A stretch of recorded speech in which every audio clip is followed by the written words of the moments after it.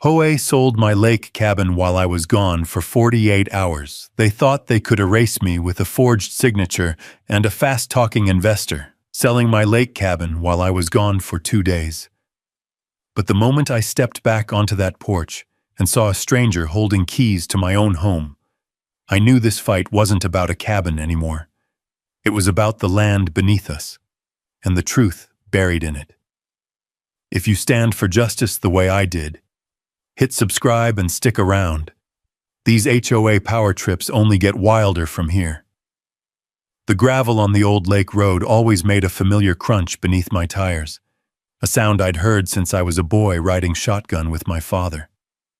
But that afternoon, as my pickup rolled toward the cabin, the sound felt different, hollow, uneasy, like the land itself was warning me. The pine trees along Clearwater Lake leaned in with their long shadows, and the blue water flickered between them like a restless heartbeat. I'd only been gone for 2 days, just long enough to pick up lumber and supplies from town. The cabin should have been exactly the way I left it, quiet, still, waiting for me the way it always had. Instead, a stranger was standing on my front porch, holding a ring of keys. He was tall, clean-shaven, city slick in a charcoal blazer that didn't belong anywhere near Montana dust. Through the windshield, I watched him jiggle one of the keys into my door lock like he'd done it 100 times. My chest tightened. My dog's metal water bowl sat on the porch. The canoe was still tied to the dock, and my tools leaned against the wall beneath the window where I'd left them. Nothing about this place said abandoned. Nothing said for sale. Nothing said his. I killed the engine, stepped out of the truck, and the wind caught the edge of my jacket like it was urging me forward. "Hey," I called, boots striking the earth hard and fast. "Can I help you?" The man didn't even flinch. He turned with a smile that didn't reach his eyes. "You must be Elias Ward. I'm Gavin Rourke. I just bought this cabin." The words didn't make sense at first. They hung there, warped by the breeze off the lake. Bought. Cabin. Mine. Before I could answer, another voice, sharp and sugary, cut through the air. "Elias, you're back early!" HOA President Marcia Dwyer stepped out from behind Gavin like a stage cue. She wore her usual pastel sweater, pearls, and that thin-lipped smile she used whenever she was about to ruin someone's week. "What's going on here, Marcia?" I asked, forcing my voice to stay steady. She lifted the clipboard she carried everywhere. The one she acted like was a badge, a Bible, and a weapon all at once. "We followed protocol. You failed to meet aesthetic compliance standards, dock color, vegetation height, structural uniformity. After 30 days without a response, the property was deemed abandoned. HOA bylaws allow us to liquidate abandoned assets." I blinked at her. "Marcia, I was gone for 48 hours. "We posted notices," she chirped, "clear as day." My stomach twisted. No one had posted anything here. Not on my door, not on my gate, not anywhere. I would have seen it. My cabin wasn't just a building. It was my wife Denise's favorite place on earth, the one spot she said made the world feel gentle again. I never let a single piece of paper sit on that property without knowing exactly what it was. Behind me, a sheriff's cruiser eased down the road. Sheriff Cole Branton stepped out, dust brushing off his hat as he approached. "Afternoon," he said, eyeing Marcia, then Gavin, then me. "Got a call about a trespasser on sold property." Sold property. The words felt like splinters under the skin. Gavin crossed his arms. "Sheriff, this man is refusing to vacate. The sale was processed through the HOA. I have the contract and keys." I watched Marcia beam like she'd just handed out candy at a parade. Sheriff Cole sighed, rubbing the bridge of his nose. "Elias, you got paperwork showing otherwise?" I swallowed hard, the lake wind cold on my back. "Sheriff, I didn't sell this place. Not now, not ever." "Well," Marcia said sweetly, "you'll need proof of ownership. Our records show transfer of authority. Every muscle in my jaw tightened. Something was wrong. Stone cold, calculated wrong. The water behind us rippled, dark and restless. My cabin, every board, every nail, every memory, was being taken from me in broad daylight. Sheriff Cole stepped closer. Elias, until we see documentation, I'm gonna need everyone calm. Calm. That was the last thing I felt. But I took a slow breath and opened the passenger door of my truck. The manila folder sitting on the seat wasn't for this. At least I hadn't thought so. Not today. But like my father always said, land remembers its owner, and sometimes the law just needs reminding. I looked up at Marcia, her smug smile, her grip tightening on that clipboard as if she'd already won. Gavin jingled the keys again like he thought ownership was measured in metal. And then I held up the folder. Sheriff, I said, my voice low but steady, before we go any further, you might want to take a look at this. Marcia's smile faltered for the first time, just a tiny crack in the veneer she wore like armor. The breeze off Clearwater Lake rustled the pages on her clipboard, and for the first time I saw something flicker in her eyes. Uncertainty. Sheriff Cole took the manila folder from my hand, his boots grinding softly against the gravel as he stepped back toward his cruiser to lean on the hood for a better look. The lake wind carried the scent of cold water and pine, and somewhere far across the surface a loon called out, long and hollow, as if announcing a shift none of us were ready for. Inside the folder were the documents I'd kept for years, copies of the lakebed rights, shoreline deeds, pump station easements, and submerged property claims. Papers most people never think about. Papers that developers overlook when they're in a hurry. Papers that HOAs don't know exist when they think they run the world. Sheriff Cole thumbed through the stack slowly, the expression on his face turning from polite lawman neutrality to something closer to alarm. Elias, he muttered, the cadence of his voice changing. You own the lake? Not just the lakes, I said, speaking quietly, letting the truth settle like dust on an old shelf. The bed under it, the shore on this side, and the pump station access your HOA uses every time they draw water for the clubhouse. Bought it all 12 years ago, legal, filed, and recorded. Marcia straightened her shoulders, but her voice wavered. That's impossible. The developer, he would have... He didn't, I said. He built a neighborhood on borrowed land without checking the fine print. Gavin shifted his weight, keys clicking against his palm. This doesn't change the fact that your cabin was sold under HOA procedures. I stepped closer, feeling the grit of the earth under my boots, the cold air sharpening my words. You can't sell something you never had a claim to, Gavin. And you, I nodded toward Marcia, can't enforce bylaws on land that predates your entire subdivision. That cabin has stood here since 1964. Your HOA was founded in 2011. The sheriff looked up at her. Marcia, did you know any of this? She didn't answer. Her grip tightened on the clipboard until her knuckles went pale. The wind fluttered her neatly pressed hair, and for the first time since I'd met her, she seemed small against the backdrop of the lake. I followed protocol, she repeated. But this time her voice was thin, brittle. We posted notices on the door. No, you didn't. I pointed toward the wooden door behind Gavin. Show me the nail holes. Show me the tape marks. Show me anything. There weren't any. Sheriff Cole saw that too. He let out a long breath through his nose. I'm gonna need to make some calls. This is a mess. A long silence settled over the porch, the kind that makes a man hear his heartbeat. The water lapped gently against the dock, as if waiting for the next move. Gavin checked his watch, growing impatient. Sheriff, with all due respect, my purchase contract may not mean diddly if it was based on false authority, the sheriff cut in. I'm not making any rulings today, but nobody's getting removed from anywhere until we understand what's what. Marcia opened her mouth to protest, but the sheriff held up a hand. Enough. I need to verify these documents, speak with county records, figure out who authorized what. Everybody stay put. Nobody escalates anything. He walked to his cruiser, radio crackling as he slid inside. I watched him drive away, his taillights fading into the line of pines. The road dust hung in the air long after he'd gone. Gavin turned toward me, his calm mask slipping into irritation. You should have disclosed this when I made my offer. There was no offer, I said. You barged onto my porch.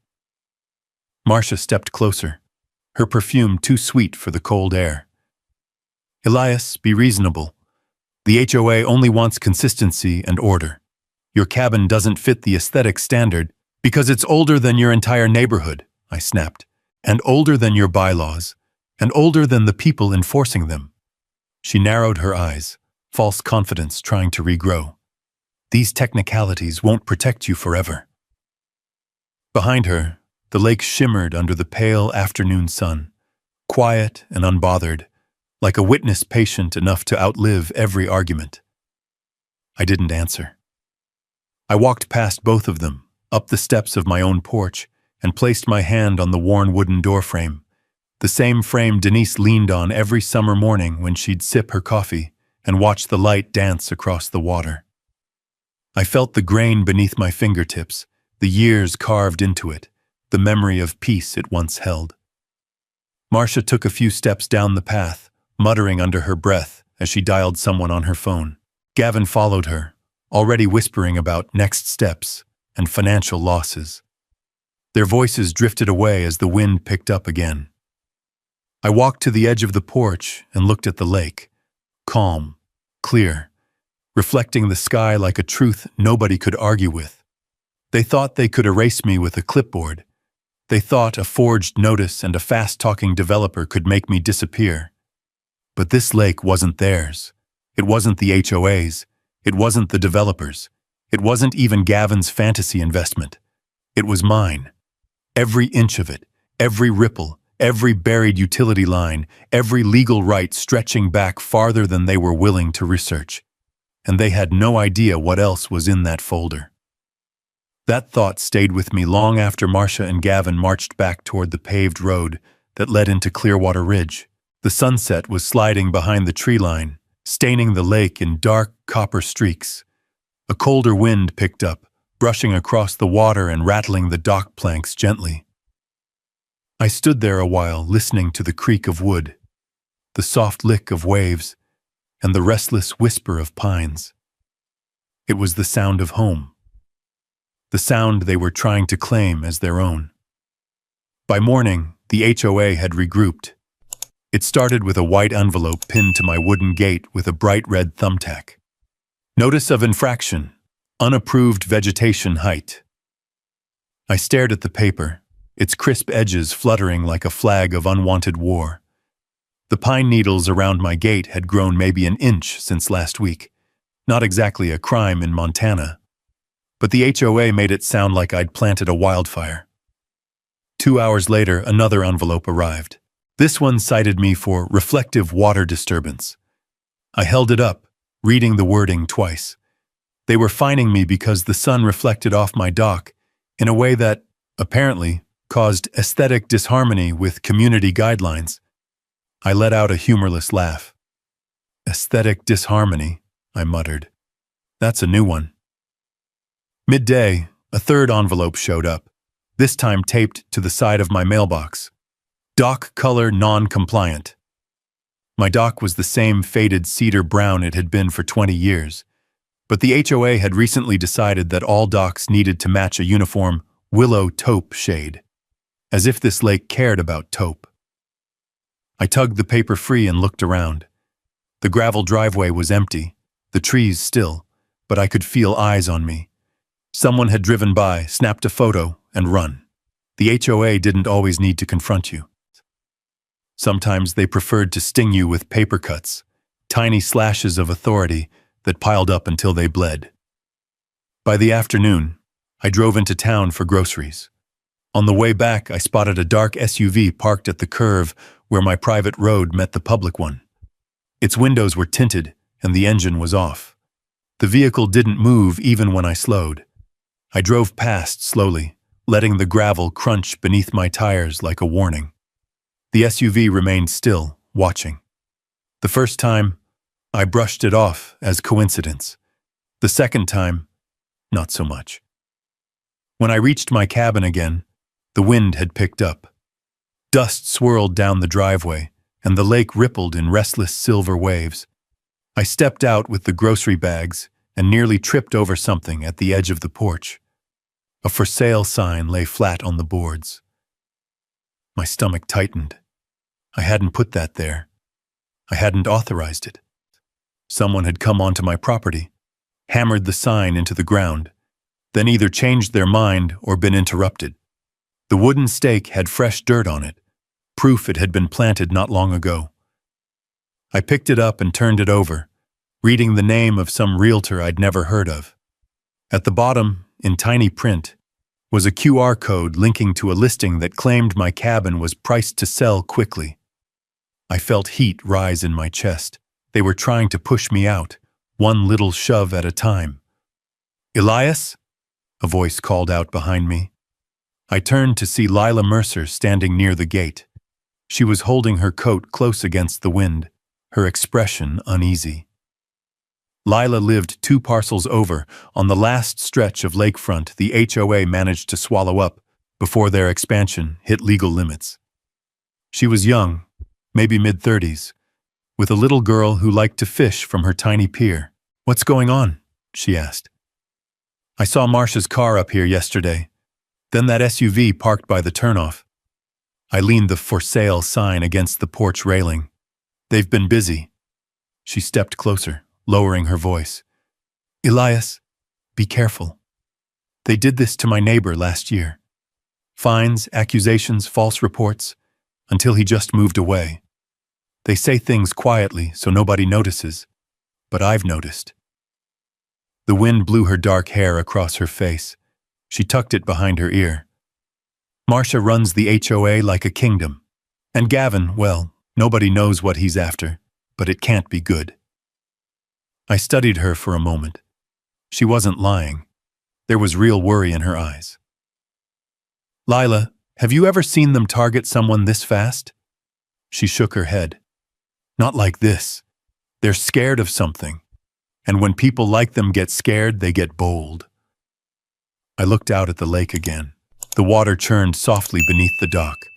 A storm cloud was moving in from the west, dark and thick, rolling across the mountains like a slow-moving herd. "You said they targeted your neighbor," I said. "What happened to him?" Lila hesitated. "He fought back, brought paperwork, deeds, receipts, but the HOA had already filed so many complaints that the county launched an investigation. Even though he did nothing wrong, he got tired, sold cheap, left the state." "Did he own his land?" "Yes." "And they still forced him out?" She nodded. The storm cloud groaned with distant thunder. I exhaled slowly. "Not this time." Lila stepped back, glancing nervously down the road. "Just watch your back. They don't act alone. Someone's helping them." After she left, I walked around the entire cabin, checking the windows, the shed, the dock. Everything looked untouched, but I felt the invisible pressure of eyes watching from the tree line. The kind of presence you don't see, but you know is there. The wind kicked up sharply, slamming a loose shutter against the wall. I steadied it, the wood cold beneath my hand. The lake churned, restless as the sky darkened. Back inside, I spread the HOA notices across the kitchen table. Red ink, bold stamps, threatening language. They'd crafted them carefully, enough to intimidate, but not enough to incriminate themselves outright. Paper cuts, quiet threats, each one sharper than it looked. I took a breath, steady and deep. This wasn't random. This wasn't sloppy. This was coordinated. They weren't acting alone. And somewhere behind the scenes, someone was pulling strings tight enough to snap. That truth settled in my gut like a stone as the afternoon light dimmed and the lake took on a slate-colored sheen. The wind had shifted, colder, sharper, pushing long ripples toward the marsh grass near the far bank. I stood on the porch, arms crossed, watching storm clouds gather over the mountains. Everything around me felt unsettled, as if the whole valley knew what I was about to learn next. The next morning, Rhett Callahan showed up unannounced. His old county surveyor truck rolled up the gravel drive, coughing dust behind it. I hadn't seen him in a few months, but he stepped out the same as always, broad-shouldered, gruff beard, boots worn down by 40 years of walking property lines most people never knew existed. He held a folder under his arm, his steps quick and angry. "Elias," he said, voice low, "you're not gonna like this." He followed me inside, brushing pine needles from his jacket, before setting the folder down on the kitchen table. The storm outside grew louder, tapping rain against the windows like impatient fingers. I opened the folder, slowly, carefully, because Rhett wasn't one to overreact. Inside were copies of HOA paperwork, but not just fines or warnings. These were forms I'd never seen before.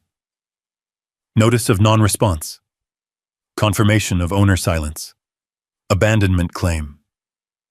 Each page bore my name, my address, my parcel number, and at the bottom of the final page, a signature. My signature. Only it wasn't. It was smoother, loopier, nothing like the blocky print I'd always used. I felt heat rise behind my eyes. "Where did you get these?" Rhett crossed his arms. "County office. Someone filed them last week. Perfect timing for Marcia's little property sale stunt." My breath came tight. She forged everything. "Not just her," Rhett said. "This took coordination. Someone with access. Someone who knew what boxes to check and where to drop the forms without raising suspicion." The storm cracked loudly overhead, the thunder rattling the cabinets.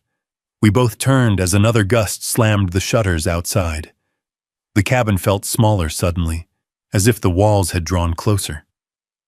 I flipped through the pages again. Dates, letterheads, stamps. "Rhett, these look official." He nodded grimly. "They look official because someone wanted them to. That's not amateur work." A chill ran across the back of my neck. "This means they didn't just misinterpret the law. They committed fraud." "Right," Rhett said. "And that means you've been targeted." Lightning flashed, illuminating the cabin in a harsh blue glare. For a moment I saw the reflection of the papers on the window. My name, my parcel, someone else's handwriting, pretending to be mine. I felt the explosion inside me then. Not loud, but deep. Quiet fury hardening in the chest. Before I could speak, a sharp noise echoed outside. Metal hitting wood.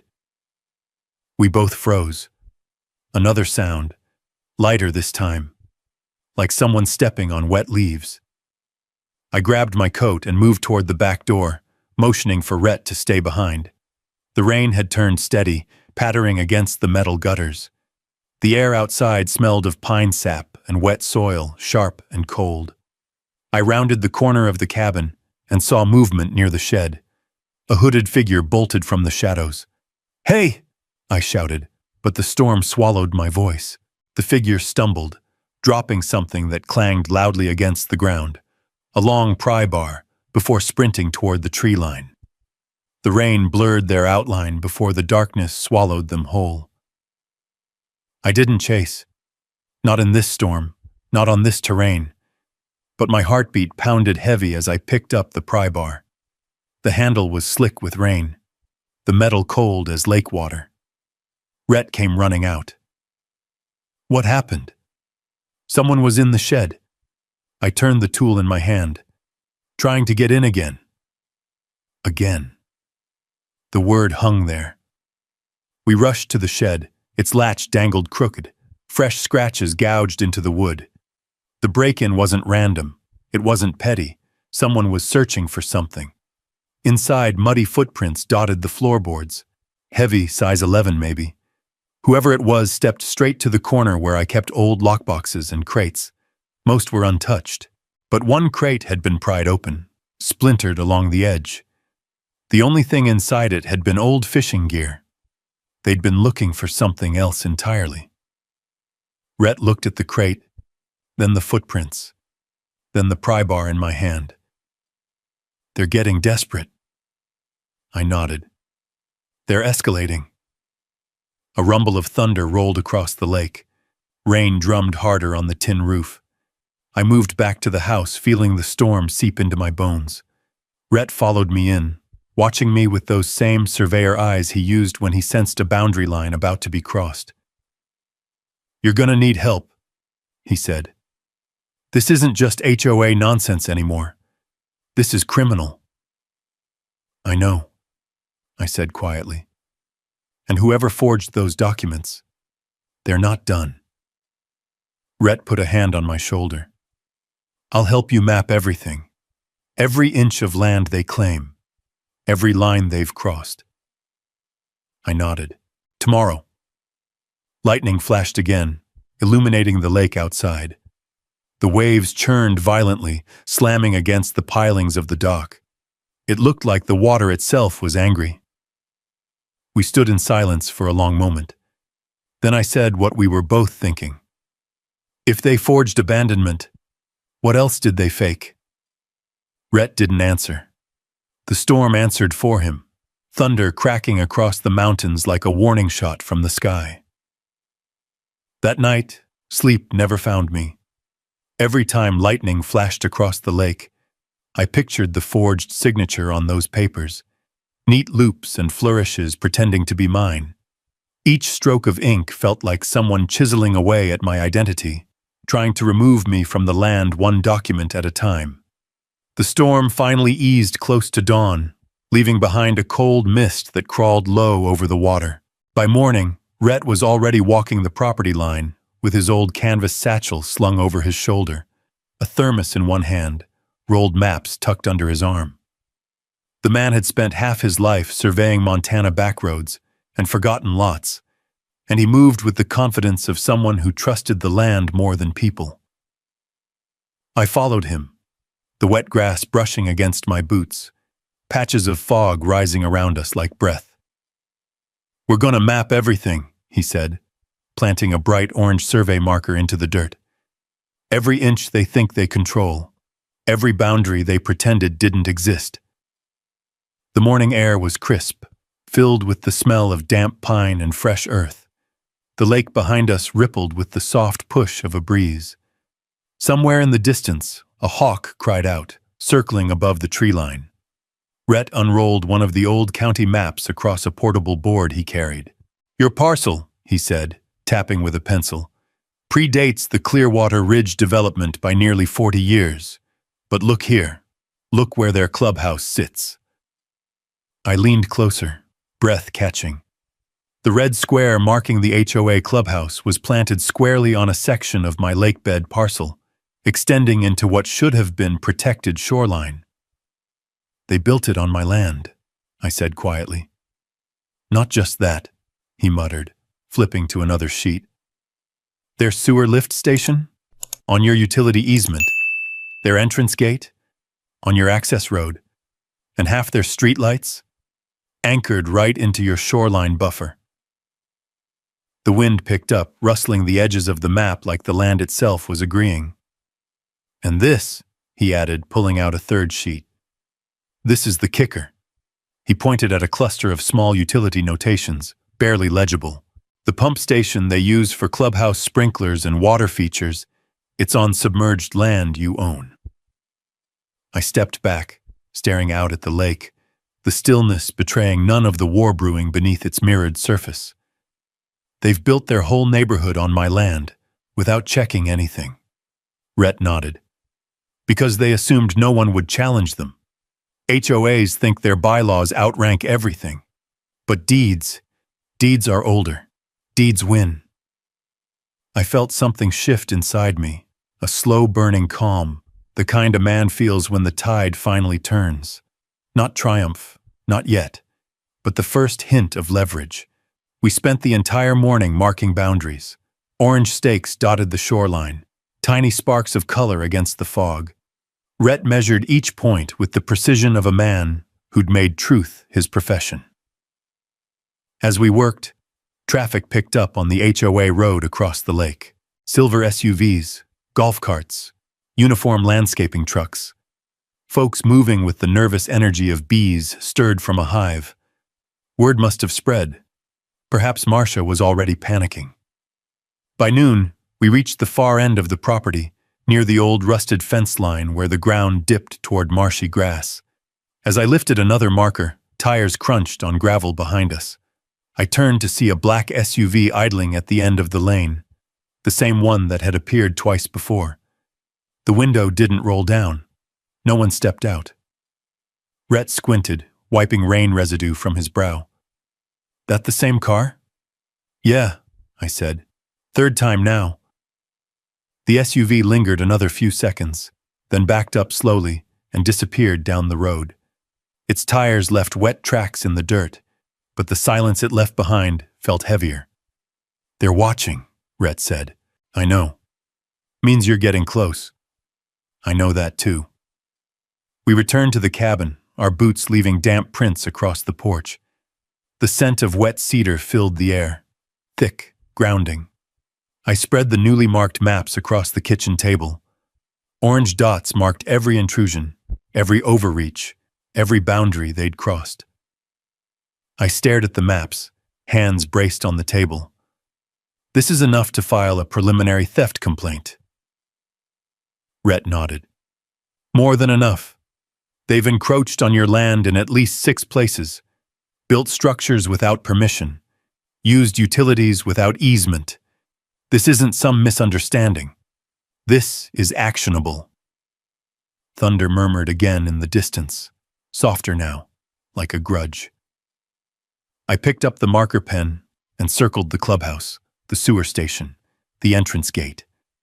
They thought they could take everything from me, but they built their empire on my ground. And now, Rhett said, folding his arms, you're gonna take it back. I exhaled slowly, the weight of what came next settling over me like cold evening mist. Legal battles, county filings, meetings. But all of it was on my side. Not because of emotion, not because of anger, but because the land itself held the truth. A truth they never bothered to check. The cabin creaked softly as the wind eased. Somewhere outside, a loon cried again, long, low, and eerie. A warning, maybe an omen. I picked up the folder of forged documents, held it beside the maps, and felt the tension shift to something steadier, sharper.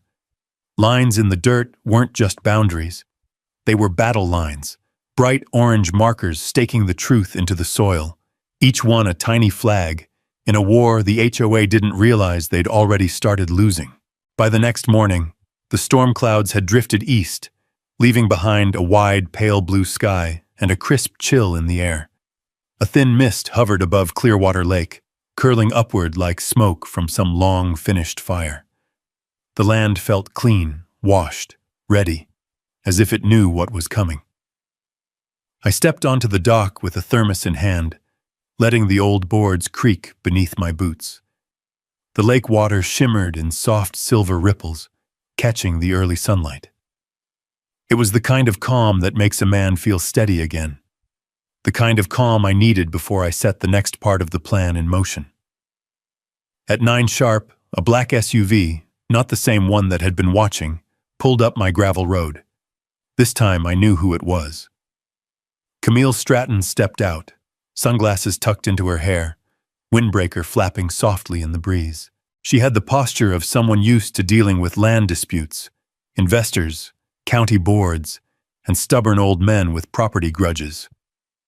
Her boots were clean but rugged, the kind worn by people who knew how to walk muddy terrain without complaining. "Morning, Elias," she said, extending her hand. "Beautiful place you've got here." "Morning, Camille," I replied. "Thanks for coming." She glanced around, the weathered cabin, the shimmering water, the stretch of pines hugging the shoreline. I can see why someone would try to take it. I motioned her toward the table I'd set up on the porch.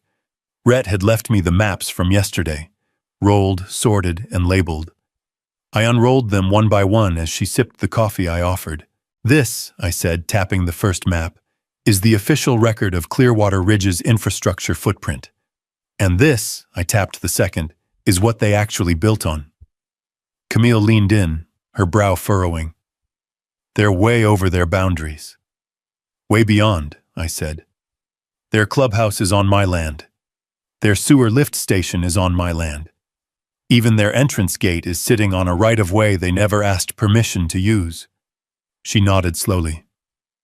And you want to leverage this? I want to end their interference once and for all. But I can't do it alone. They've forged documents, committed fraud, filed false abandonment, and from the looks of it, they've got someone funding their moves. Camille set down her coffee. The wind brushed through her hair as she scanned each map again. Elias, you know my interest is the lake, the marina project on the far side of the ridge. She pointed toward the eastern shoreline. It's been tied up for a year because Clearwater Ridge claims the access roads fall under their HOA authority. They don't, I said. Not anymore. I slid a third document toward her. The lakebed rights deed, stamped by the state and signed off 12 years ago. Her eyes widened slightly. You own the entire lakebed on this side? She asked. And the submerged easements, I replied. Plus the pump station parcel. No one checked when they built Clearwater Ridge. They assumed the county owned it. Camille let out a low whistle. That's incredible. It's leverage, I corrected. And I think we can use it to solve both our problems. She crossed her arms, leaning back slightly. What exactly are you proposing? I pointed to the map showing the HOA's utilities. They're relying on land they don't own, on easements they've never legally secured. If the right entity held long-term control of these sections, the HOA loses all leverage, she finished, a slow smile forming. They'd be forced into compliance. Or, I added, into dissolution. The lake breeze swept between us, carrying the faint scent of pine and cold water. A single loon drifted near the cattails, silent but watchful. Camille lifted one of the maps. If I were to lease this land from you, the gate parcel, the clubhouse parcel, the utilities, then Clearwater Ridge would have to negotiate with me every time they wanted to flush a toilet or turn on a streetlight. I nodded. You'd hold their foundation. She laughed softly, shaking her head. Elias, this is legally devastating. It's fair, I said. They're trying to take my home with forged signatures and fake abandonment. I'm just protecting what's mine. Camille tapped her fingers on the table, thinking. I can draft a 25-year lease on the infrastructure parcels today. My attorneys will handle filings with the county. But Elias, she looked at me, serious now. This will make them panic. You need to be ready for a fight. I've been ready, I said.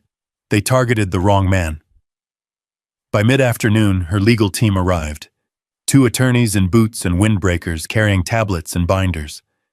We signed preliminary agreements on the porch while the breeze kept flipping the pages. They recorded every detail, every parcel number, every boundary. As they worked, I noticed movement across the water. A group of Clearwater Ridge residents stood near their clubhouse watching us from a distance. Some held their phones up, some pointed. Others just stared, confused or worried. Camille's crew walked the shoreline, marking the new leased parcels with surveying flags. Every flag that hit the dirt made the residents noticeably more agitated. Good. They were starting to realize the ground under their perfect lawns wasn't theirs. Around 4 p.m., Marcia's golf cart came zooming down the HOA path, swerving sharply as she reached the shoreline. She stepped out, waving her clipboard like a weapon. You can't do this! This is HOA-protected land. Who are you people? What authority are you acting under? Camille didn't flinch. She handed Marcia a neatly printed packet. State-verified deed records. and a long-term lease agreement signed today. The land under your clubhouse, your utilities, and your gate now falls under Stratton Eco Marina Holdings. Marcia's face drained of color. You can't. That's not. It's very legal, Camille replied calmly. Feel free to verify with the county on Monday. Marcia looked at me, shock twisting into fury. Elias, what have you done? Protected my home, I said. Her eyes darted to the survey flags lining the water, marking the truth she'd ignored for years. This isn't over, she hissed. It's just beginning, I answered. She stormed off, muttering under her breath, her golf cart spitting gravel as she tore back up the road. Camille closed her briefcase. You've got them shaking. Good, I said quietly, watching the last of the survey flags flutter in the wind. Because fear makes desperate people make desperate mistakes, and desperate mistakes always reveal the truth. I kept replaying that thought in my mind as dusk settled over Clearwater Lake. The water turned dark copper beneath the sinking sun, faint ripples stretching out like veins under its surface. The air carried a strange tension, quiet but charged, as if the land itself sensed the next move before I did. I'd expected retaliation, but not the kind that came next. The following morning, I woke to 3 voicemails and 1 certified envelope shoved through my gate's iron latch. All 3 voicemails were from county offices I hadn't spoken with in years. Their messages were clipped, formal, and unsettling. Mr. Ward, we received a request to freeze all activity on your shoreline due to an environmental preservation emergency.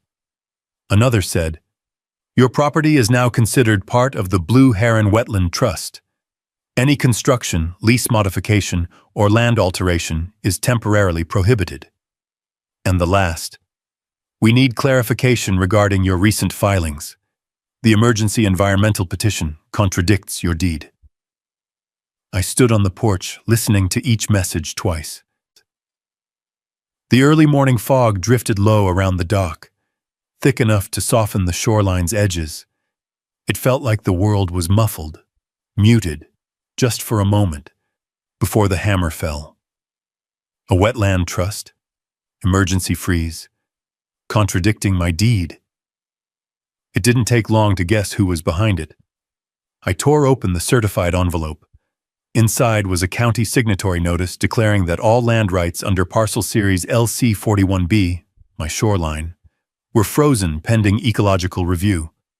And at the bottom, in small black print, the filing authority glared up at me. Blue Heron Wetland Trust, filed by Gavin Rourke. My jaw clenched. I read the name again, just to feel the anger sharpen. Gavin, the man who tried to take my cabin with forged paperwork, had escalated to forging an entire environmental trust, and worse, the county had approved it. I stepped off the porch, boots sinking into dew-heavy soil, and made my way toward the shed. A crow cawed from the tree line, then another. The air felt too still. As I neared the door, something didn't sit right. The padlock was crooked, not broken, not cut, just wrong. I moved closer, and that's when I saw the fresh scrape marks on the latch. Faint, sharp, not there yesterday. Damn it, I muttered, pushing the door open. The hinges groaned in protest. Inside, scattered mud streaks covered the floorboards. Footprints, heavy ones, tracked across the planks. Dust particles floated in the narrow beam of light coming through the single window. And there, right where I kept the fireproof storage chest with decades of paperwork, the lid hung open. Empty. My stomach dropped. Deeds, survey certificates, old notarized land transfers, historical water rights. Originals, all gone. I swallowed a surge of cold panic and forced myself to think clearly. Rhett and I had digital copies of everything, but the originals? Some county boards still respected paper more than screens. Without them, Disputes always took longer. Someone knew exactly what they were looking for. I backed out of the shed, scanning the ground for more prints. The mud was too disturbed to tell direction, just erratic imprints from someone moving fast, anxious. But as I stepped deeper into the yard, my porch camera clicked on with a soft chime, the security system. I rushed inside, flicked on the monitor, and pulled up the overnight feed. The interface blinked, loading the previous night's motion triggers. One timestamp in particular made my pulse quicken. 3:13 a.m. I clicked it. The playback opened on grainy but clear footage of someone slipping around the side of my cabin. Hood up, black jacket, gloves, flashlight beam trembling as the figure approached the shed. The camera caught the glint of a tool, a small crowbar, familiar, like the one dropped during the last break-in attempt. The figure moved quickly, breath visible in the cold air. They yanked open the shed door, rifled through boxes, found the storage chest, and removed every document inside. Then they hauled the files to a black SUV parked just off the driveway, the same SUV that had been watching us earlier. Then the figure stepped into the headlight beam just enough to turn their face. My breath hitched. It was Gavin. No mask. No attempt to hide. Just the arrogance of a man who believed he'd already won. I downloaded the footage onto a flash drive immediately. Evidence. The kind no HOA meeting could erase and no forged signature could override. When I stepped outside again, the sun had fully risen, burning off the fog and exposing the lake in bright, cold clarity.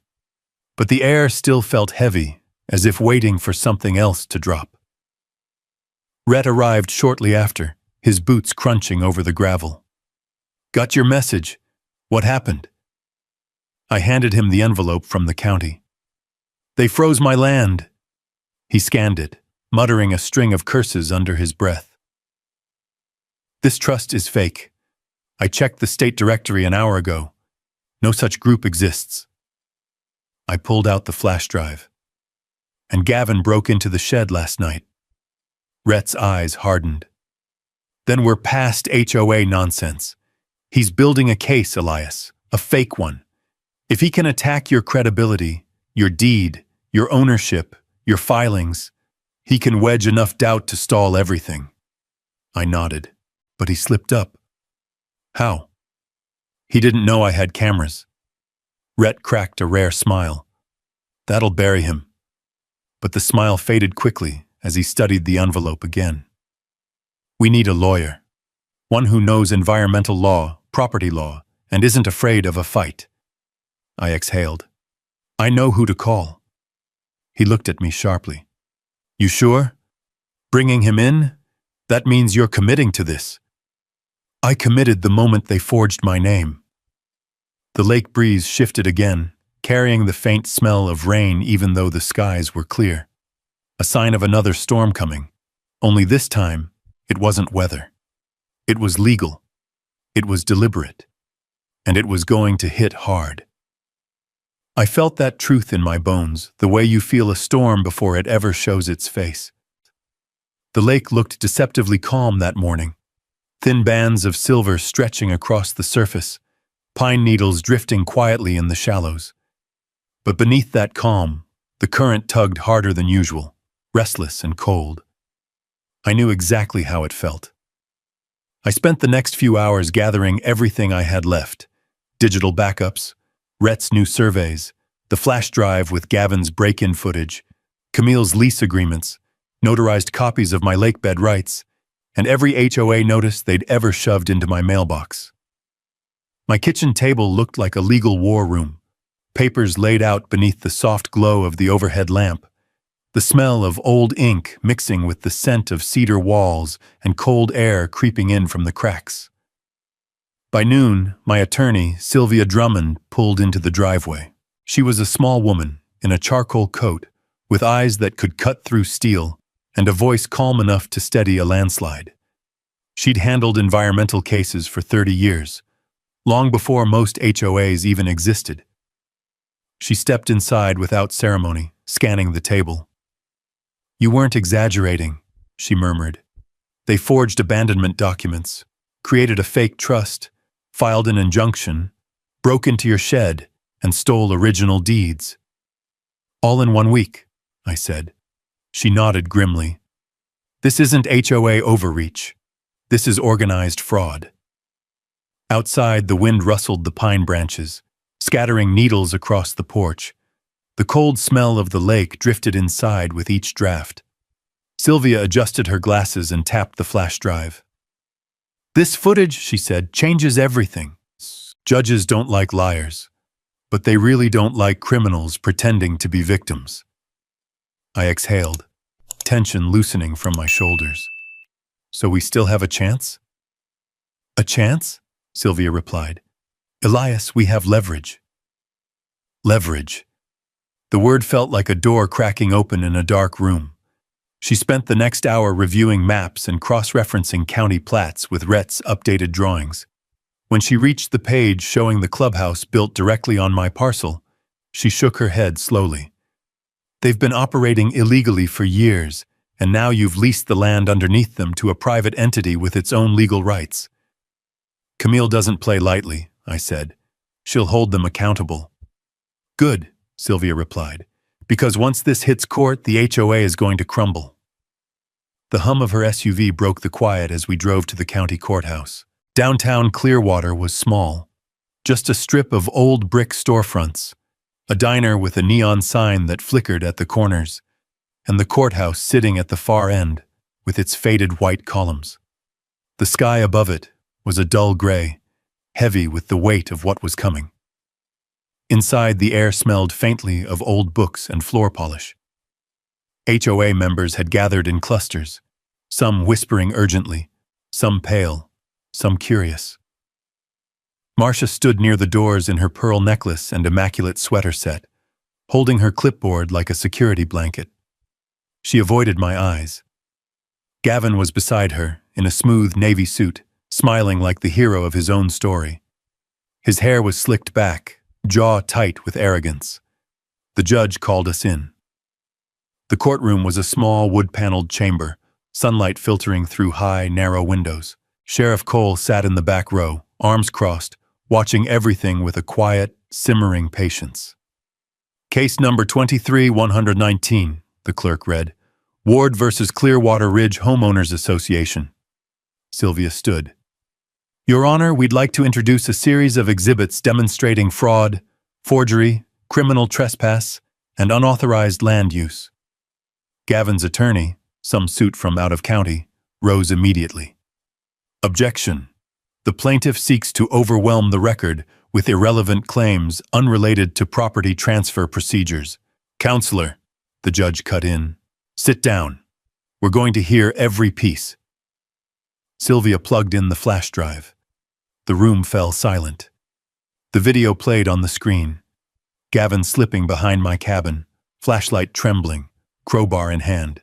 His face visible, his actions unmistakable. He broke into my shed, rifled through storage, stole files, and loaded them into his SUV. A gasp rolled through the courtroom. Marcia dropped her clipboard. Gavin's jaw clenched, his fake composure cracking like thin ice. The judge watched the footage with a slowly hardening expression. Mr. Rourke, he said, care to explain this? His attorney leaned in, whispering furiously. Gavin cleared his throat. I had reason to believe Mr. Ward was concealing documents related to a fraudulent land transfer. I was merely stealing, Sylvia interrupted calmly. Committing a felony break-in? Destroying original deeds?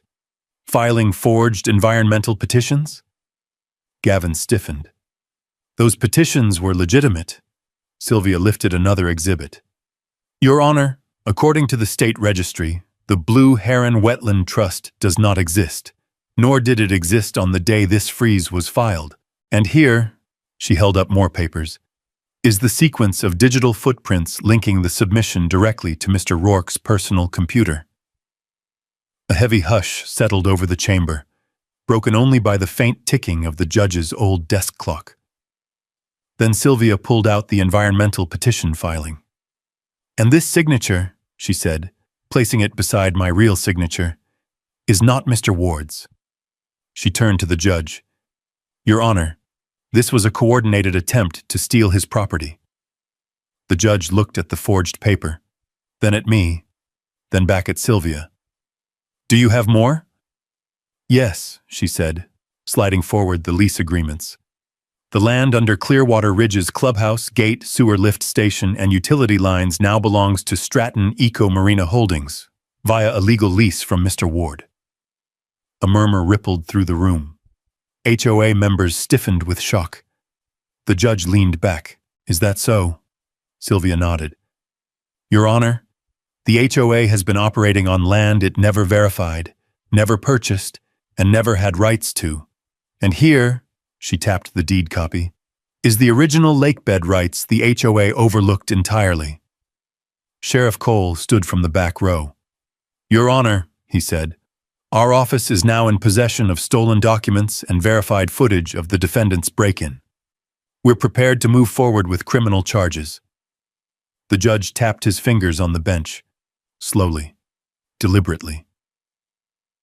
Mrs. Dwyer, he said, turning toward Marcia. Did you authorize this sale? Were you aware your association was building and operating on land owned by Mr. Ward? Marcia's lips trembled. I trusted Mr. Rourke. He said he was helping us reclaim order. Order, the judge repeated coldly. By committing fraud? Marcia crumbled. Her shoulders sagged. Her pearls shook against her collarbone. The judge straightened in his seat. Effective immediately, he said loudly. This court halts all HOA authority pending full investigation. The sale of Mr. Ward's cabin is void. The environmental injunction is void. And Mr. Rourke, he paused, letting silence hang like a blade, is referred for criminal prosecution. A stunned stillness washed over the room. Then everything erupted at once. HOA members shouting in disbelief. Reporters in the back scrambling for photos. Marcia sinking into her seat. Gavin cursing under his breath as deputies approached. But I didn't move. Didn't speak. I just breathed. For the first time in weeks. A release. A tremor. A quiet victory.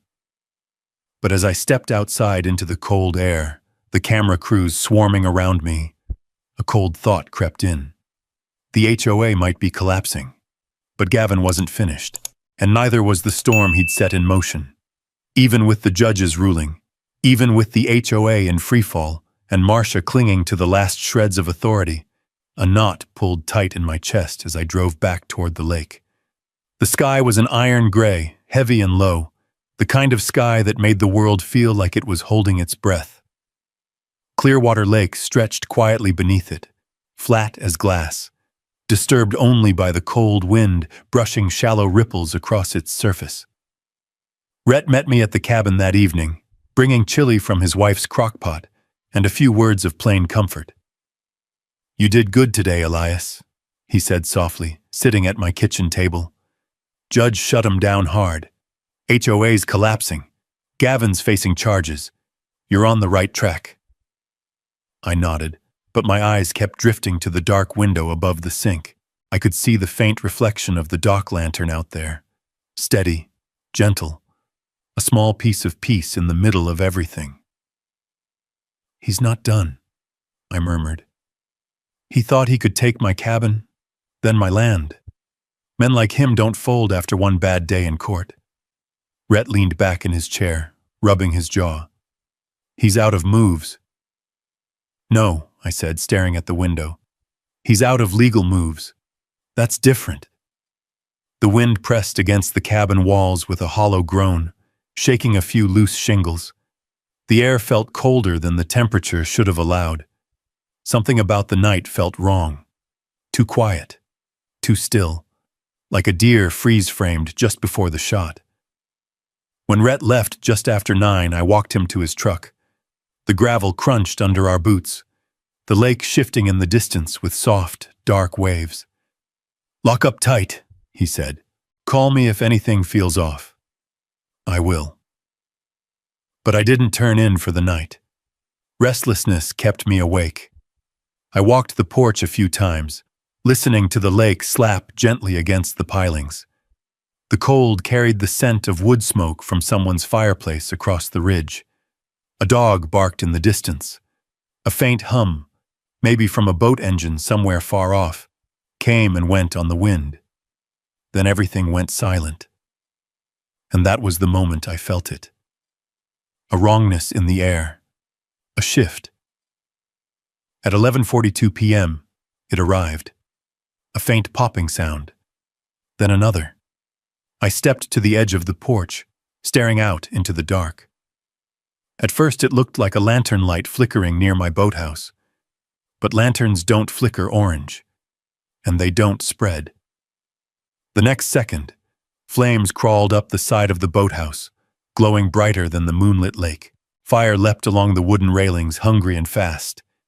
Heat hit my face, a dry, scorching wave that stole my breath.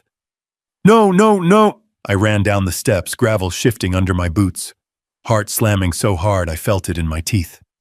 The boathouse lit the water in violent reds and oranges, the flames reflecting in broken, trembling patterns. The fire roared louder, like a beast waking from sleep. Then came the engine. A black SUV shot out from the shadowed curve of the ridge road, tires spitting gravel as it fishtailed, headlights dark. It paused for only a second, long enough for the driver to glance back at the inferno, and then tore off into the night, disappearing behind the pines. I'd seen that SUV before, 3 times. Once parked at the road bend, once watching survey crews, and once stealing my documents. My breath hitched, anger and grief twisting into something deep and raw. "Gavin," I whispered.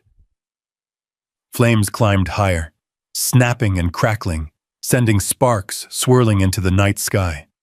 The boathouse roof sagged in the heat. My hands shook as I ran for the garden hose, yanking it full length, spraying water toward the blaze. It hissed uselessly, swallowed by the inferno.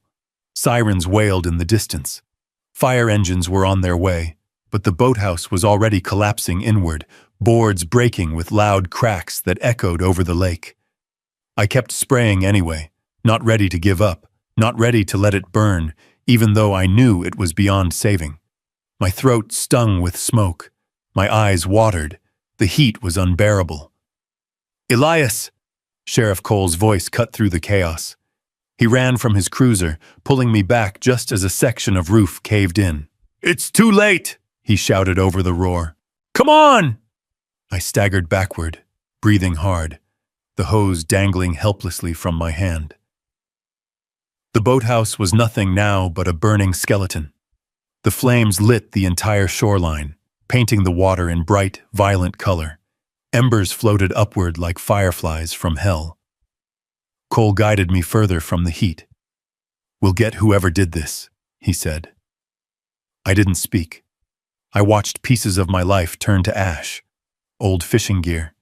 Denise's lake chair she used to sit on while reading. The oars my father carved with his own hands. Everything crackled and warped in the fire's mouth. But grief shifted, hardened. Because as the fire burned, something else emerged, half hidden under the falling structure. Old stone markers, ones I hadn't seen in years. The heat had burned away tall grass and brush, revealing a pair of boundary stones set deep into the ground. Cole noticed me staring. "What are those?" I knelt, brushing soot and charred grass aside.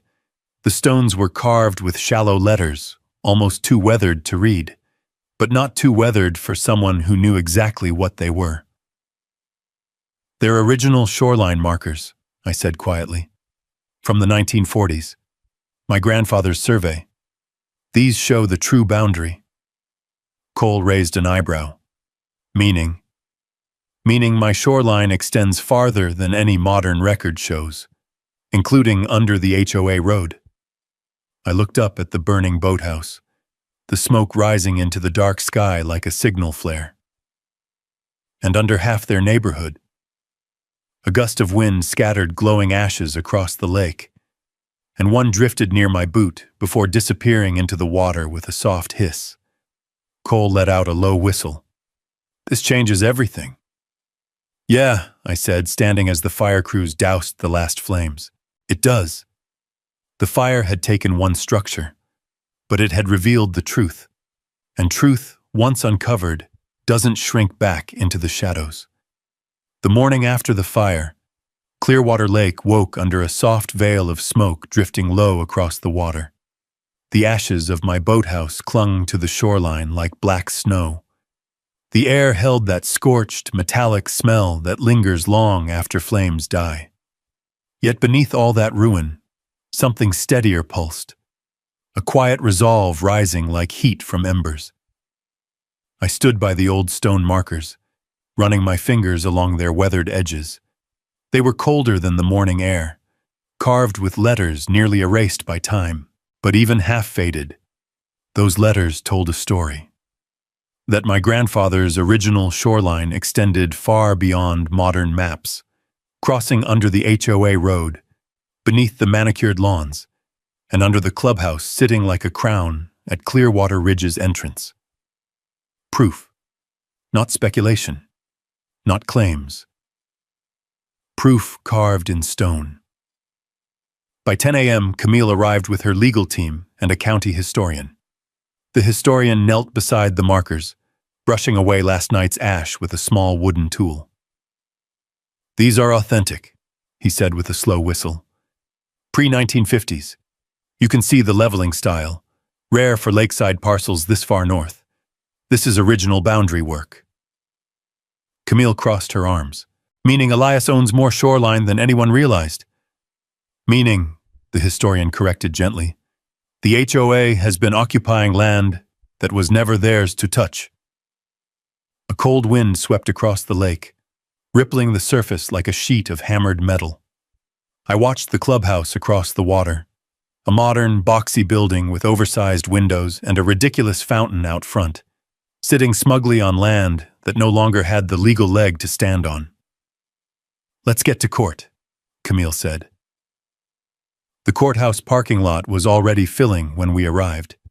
News vans lined the curb. Residents from Clearwater Ridge milled about, whispering, holding copies of the earlier news articles, pointing at us as we walked inside. Some looked anxious. Some looked angry. Some looked betrayed. They weren't wrong. Inside the courtroom, the mood was tighter than before. Tense, electric. Sheriff Cole nodded at me from his seat near the front, his hat resting on his lap. Sylvia, my attorney, arranged the new evidence on the desk with calm precision.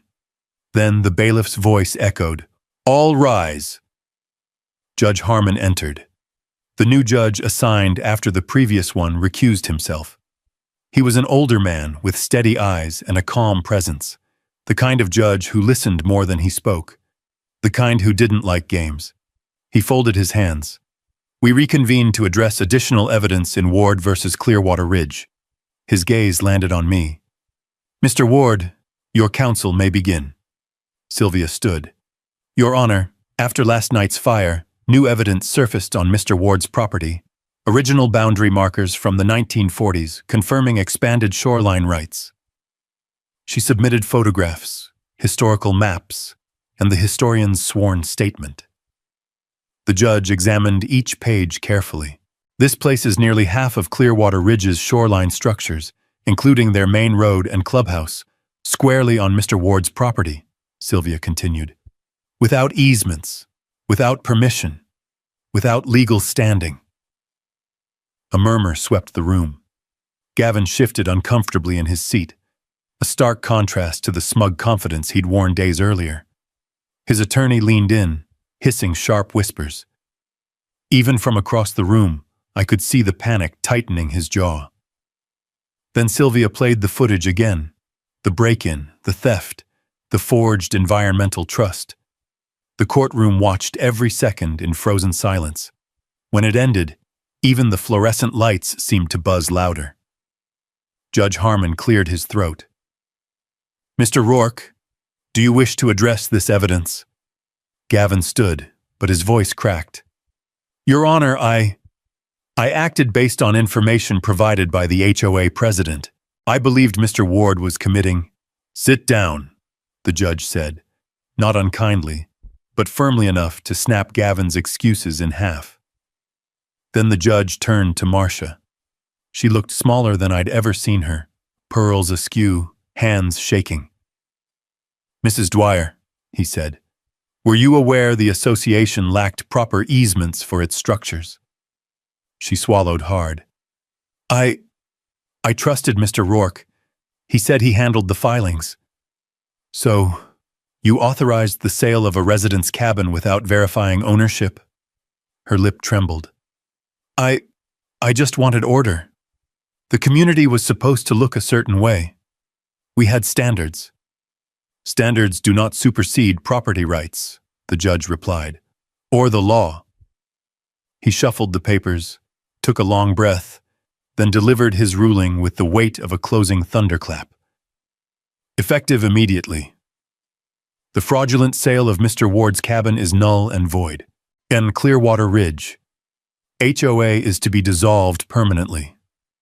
All assets owned by the HOA, including their clubhouse, front gate, undeveloped lots, and improvements, are to be liquidated to compensate damages. Mr. Rourke is referred to the district attorney for charges including fraud, document forgery, and criminal trespass. Mrs. Dwyer is barred from serving in any HOA leadership capacity statewide. The expanded shoreline rights revert fully to Mr. Ward. Gasps broke across the courtroom. Someone dropped a clipboard. One resident started crying. Another cursed under his breath. And me?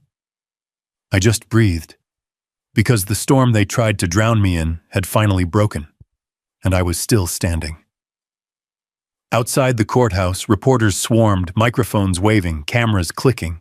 I answered a few questions, but most of my focus stayed on the lake visible in the distance, glimmering like it knew its truth had finally been heard. Over the next weeks, the neighborhood unraveled. Contractors arrived to assess the clubhouse. Law firms showed up to dissect liabilities. Residents packed up, grateful or furious, depending on the day.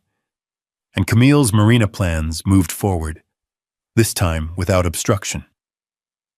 The land beneath the old HOA structures was reassigned to her company after liquidation. She insisted on buying the parcels from me properly, at full value. You earned this, she told me as she handed me the final contract. Not through revenge, through truth. I rebuilt slowly, choosing materials carefully. Cedar beams, hand-sanded decking, windows that opened wide to invite the lake breeze inside. Friends came to help. Rhett hauled lumber. Sheriff Cole hammered posts. Camille donated the new dock planks. One evening, after the day's work was done, I stood on the fresh porch overlooking the water. The sky was painted in streaks of gold and lavender. The lake glowed like a living thing. In my hand was a picture frame, charred at one edge but still holding strong. Denise's smile gazed back at me. I placed it gently on the mantel inside the new cabin. Still here, I whispered. The breeze rustled through the pines, soft and warm. Somewhere across the lake, a loon sang its long, lonely call. If anyone had asked what victory felt like, I would have told them this. It wasn't loud. It wasn't fierce. It was quiet, steady, like the lake at dawn. Justice, not vengeance. A home reclaimed, a man unbroken, and a neighborhood reminded of a truth they'd forgotten. You can steal a house, but you can't steal the land beneath a man's feet. You can steal a house, but you can't steal the land beneath a man's feet. If you've ever stood your ground against something unfair, drop a simple justice in the comments so folks know they're not alone. And if you'd ride with me through more stories like this, about dignity, grit, and fighting back the right way, go on and hit subscribe so you don't miss the next one.